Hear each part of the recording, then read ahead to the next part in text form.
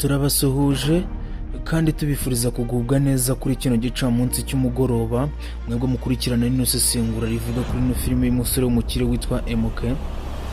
Ndababwiye ngo mbifurije umunsi mwiza kandi mbifuriza kugubwa neza. Rero mwicare hamwe muze mwongere dusesengure ino filime y'umusore w'umukire witwa MK, turebe aho bigeze kuri episode ya 47 niyo tugiye gusesenguraho. Size ngizi nagira ngo mbabwire yuko ubungubu uburyo filime yatangiye namwe mwakubonye. Uburyo filime yatangiye Katie ariwe mushiki w'umusore witwa MK ateye iwabo kwa MK aho yabaga ubwo ndabara kwa mama Diane ndetse na Morgan agiye gushaka uriya muvandimwe we witwa MK ariwe musaza we, agiye kuvuga buryo ki yakoze amabi akaba yarafungishije mama wiwe.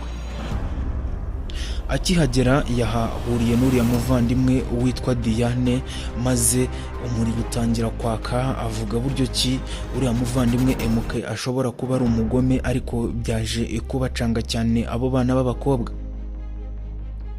Ariko bitewe n'urukundo bakunda Ian ariwe wise MK ariwe umusore w'umukire, nta kintu byigeze bibabwira. Gusa nyine Katie we biri kugaragara yuko ababaye, ariko akababaro kiwe b'abakobwa nawe bagerageje kumufasha.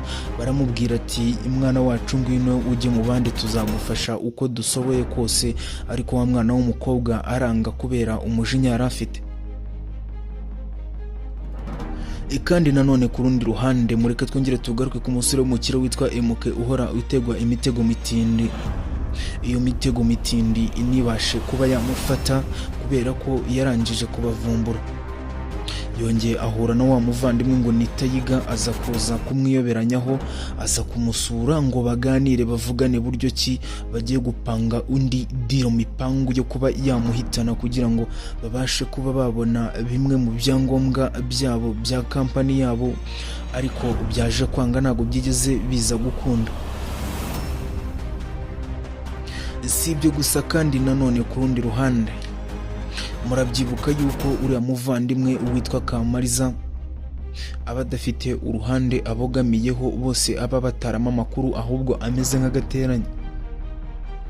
Yikubita kwa Ian ahantu aba, akagenda akegera mama Diane akamuganiriza, yamara kumuganiriza ibyo amuganirije akabishyira Morgan. Akajya kwa Morgan akamuganiriza ibyo amuganirije akabizanira mama Diane. Ariko se uriya muvandimwe tubigenze gute inko yarangije kuva muri mama Diane akaba ari kugambanira umuvandimwe witwa MK nawe akaba yatangiye kubimenya, biraza kuza kugenda gute? Andika hasi muri comment. Ukandi nanone ku rundi ruhande nagira ngo mbabwire yuko atari uko nguko byarangiye, ahubwo uriya muvandimwe nawe witwa MK yaje kugira amakenga. Ahamagara mama Diane aramuzana, aramwicaza, aramubaza nimba ibintu baganira nta wundi muntu ajya bibwira. Ariko mama Diane yaje kubihakana yivuye inyuma, avuga yuko nta muntu n'uyu n'umwe ajya abwira amabanga aganira n'umusore witwa Ian. Kandi murabyibuka yuko mama Diane yaje kuvuga yuko agomba kuzarwanirira Ian kugeza ubwo atsinze iriya ntambara yose uriya muvandimwe w'umuhungu ari kurwana.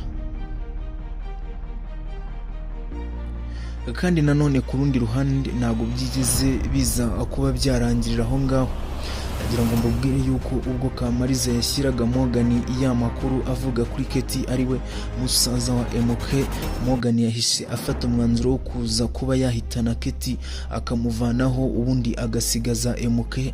Ariko ngo byanga bikunda uriya mwana w'umukobwa ariwe Katie agomba kwicwa akavaho. Morgan yarakaye cyane. Ni amakuru akomeye kandi adasanzwe. Ni ikiganiro wavuga yuko gikomeye, ni icyegeranyo cyakozwe mu buryo bw'ubuhanga cyane. Ubwo rero mwebwe mukunda ino si y'ibyegeranyo nimunyaruke kuri uno muyoboro mugari wa YouTube channel witwa MK and Kamariza, maze mwongere mukande subscribe kugira ngo tuzajye tubasha kwibanira mu bindi byegeranyo bizajya bica kuri uno muyoboro mugari wa YouTube channel.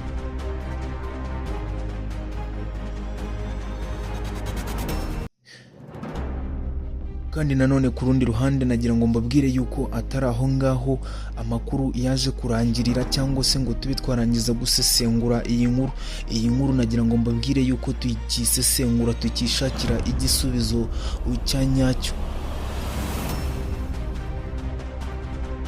Ase biraza kugenda gute ko mubonye filime ukuntu irangiye?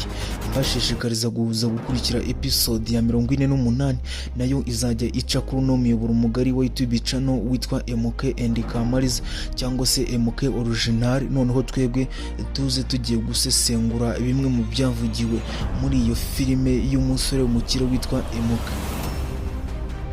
Njye n'ubundi mwari muri kubana, ndabibutsa ngo mwongere mukande subscribe hasi aho ngaho, mwibuke gutera comment ndetse na like, nta kintu biraza kubatwara. Nyamuneka byose ni ibyacu.